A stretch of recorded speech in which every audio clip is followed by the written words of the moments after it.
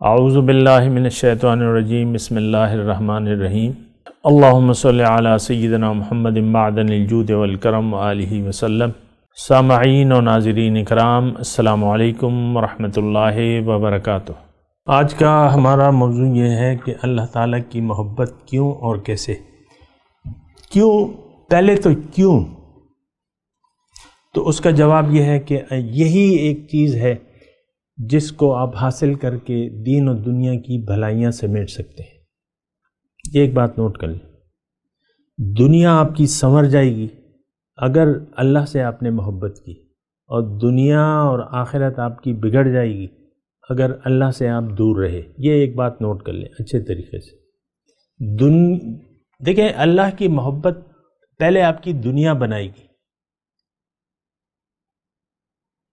دنیا آپ کی زندگی میں ایک ٹھہراؤ آ جائے گا، ایک سکون آ جائے گا، آپ کی اصلاح ہو جائے گی، آپ اپنی اصلاح کی کوشش کریں گے، اللہ تعالیٰ آپ کی مدد کرے گا، آپ ایک کامل انسان بن جائیں گے۔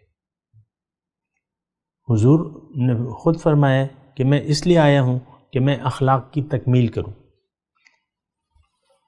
بعثت لأتمم مکارم الاخلاق۔ حضور خود وَإِنَّكَ لَعَلَىٰ خُلُقٍ عَظِيمٍ، بہت بلند اخلاق کے آپ مالک ہیں۔ تو اگر آپ کے اخلاق اچھے ہو گئے تو ظاہر ہے انسان اتنا محبت کا جواب محبت سے دیتا ہے۔ یعنی کوئی بھی، یہ تو جانور بھی آپ محبت سے ان کو رام کر لیتے، ٹھیک ہے، جانور بھی ایسے ہوتے۔ تو آپ محبت کا ایک اسلام آپ کو محبت کا درس دیتا ہے۔ بہرحال اپنے قرب و جوار میں صرف یہ بات کر رہا ہوں کہ آپ کی دنیا جو ہے وہ سنور جائے گی۔ دنیا میں آپ کا کارساز جو ہے وہ اللہ ہو جائے گا۔ اللہ سے اگر آپ نے دل لگا لیا تو اللہ تعالیٰ، اور آپ نے معاملات اللہ کے حوالے کر دیے تو اللہ تعالیٰ پھر آپ کا ہو جائے گا۔ کیوں کا میں جواب دے رہا ہوں، محبت کیوں، کہ وہ ذات جو ہے وہ تو خزانوں کے بنانے والی ہے، اس تمام کائنات کو ہیرے کا بنا سکتی ہے کہ نہیں بنا سکتی؟ وہ تو ویسے ہی میں کہہ رہا ہوں، یہ تو اس کی قدرت نہیں ہے۔ قدرت کا مطلب یہ، اس کے لیے تو کچھ ہے ہی نہیں کوئی چیز۔ ان اللہ علی کل شیء قدیر ہے نا، ہر چیز پر قادر ہے۔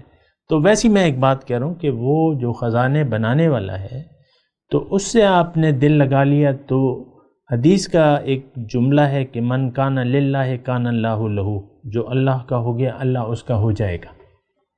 یہ کیوں کا میں جواب دے رہا ہوں کہ آپ اللہ کو اپنا بنا لیں تو اللہ آپ کا ہو جائے گا، آپ اللہ کے ہو جائیں اللہ تعالیٰ آپ کا ہو جائے گا۔ ہمارا مسئلہ یہ ہے کہ ہم اللہ کے ہوتے نہیں ہیں، اپنے آپ کو اللہ کے حوالے نہیں کرتے، تمام معاملات اللہ کے حوالے نہیں کرتے، پھر اللہ کی مرضی کی اہمیت کم ہے ہماری زندگی میں۔ وہ بوجود اس کی تو الگ وجوہات ہیں، لیکن مسئلہ ہمارا یہ ہے کہ ہم نے اللہ سے اپنا تعلق کاٹ لیا ہے، جوڑا ہوا نہیں ہے، جوڑنا بھی نہیں چاہتے، لیکن یہ ہمارے دنیا کے لیے نقصان دہ ہے۔ دنیا میں آپ پریشان رہیں گے اگر اللہ سے آپ کٹے رہے۔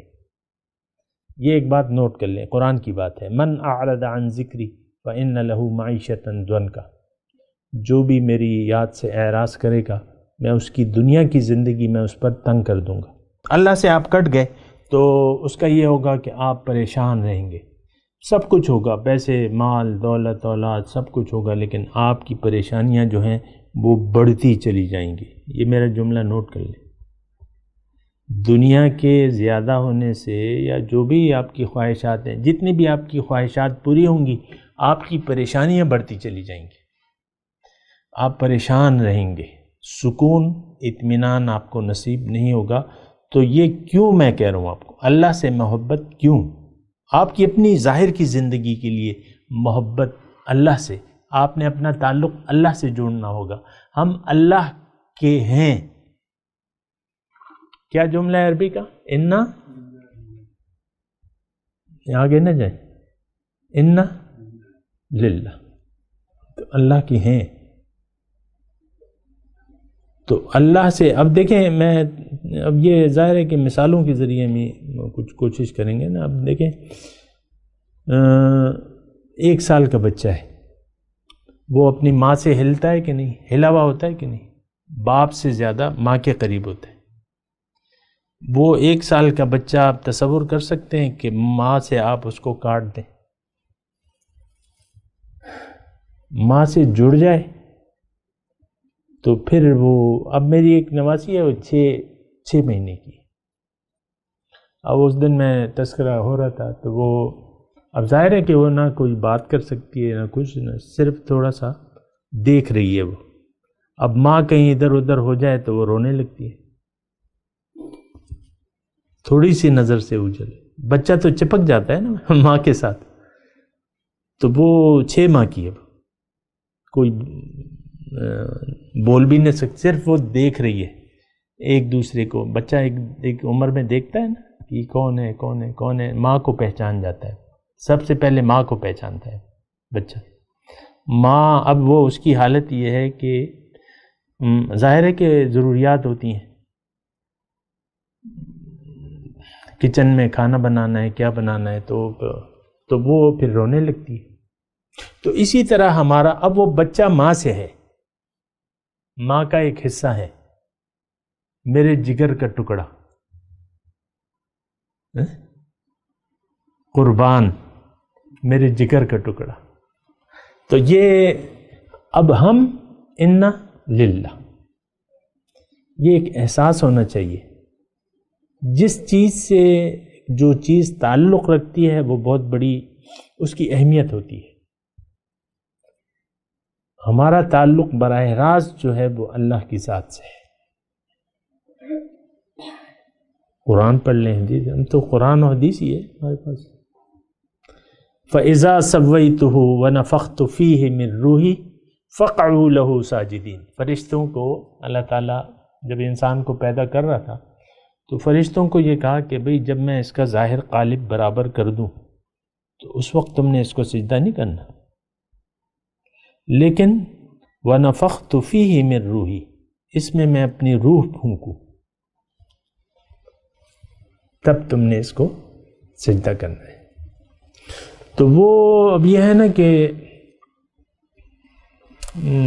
ایک فارسی کا شعر ہے، ہمارے شیخ نے فرمایا تھا،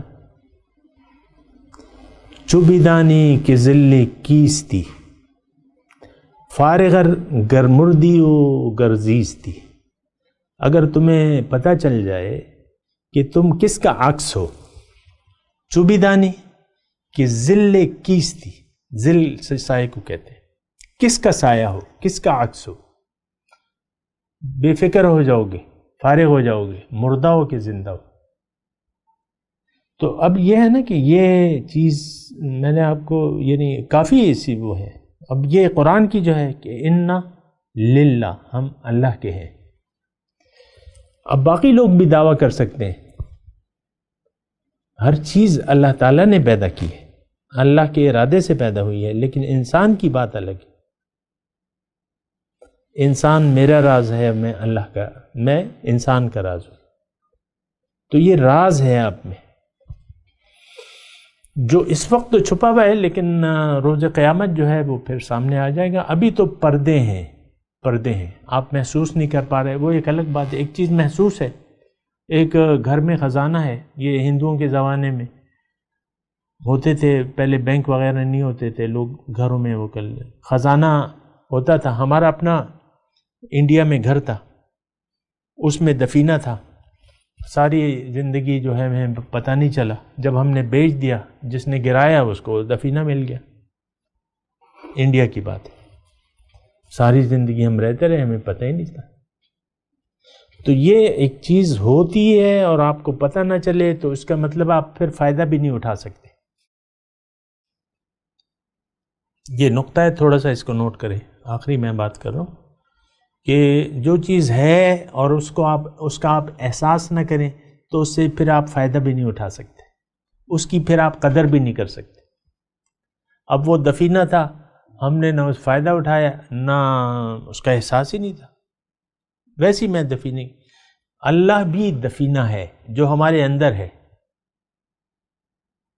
کنت کنزا مخفیا، حدیث کے الفاظ ہیں، حدیث قدسی ہے، میں ایک پوشیدہ خزانہ تھا۔